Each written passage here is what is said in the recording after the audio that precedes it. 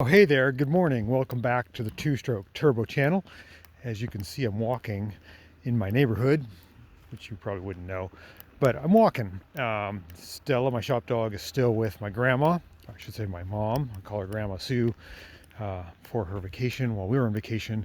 And while we were gone, I thought, you know what? There's a lot of cars in my neighborhood that are different that I haven't shown. I walk by this car every day. This is a lifted Prius. I don't know if you guys are into that type of thing, but it is a thing.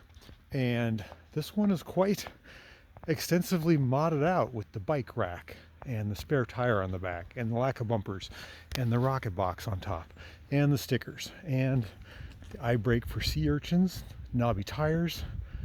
Real girls drive trucks, I guess. It has a bed in the back. It has a skull on the front.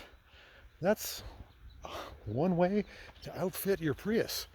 Pretty cool. It's kind of a trend. I see a lot of these now, lifted Priuses, and I actually have an appointment this week for somebody that wants to lift their Prius.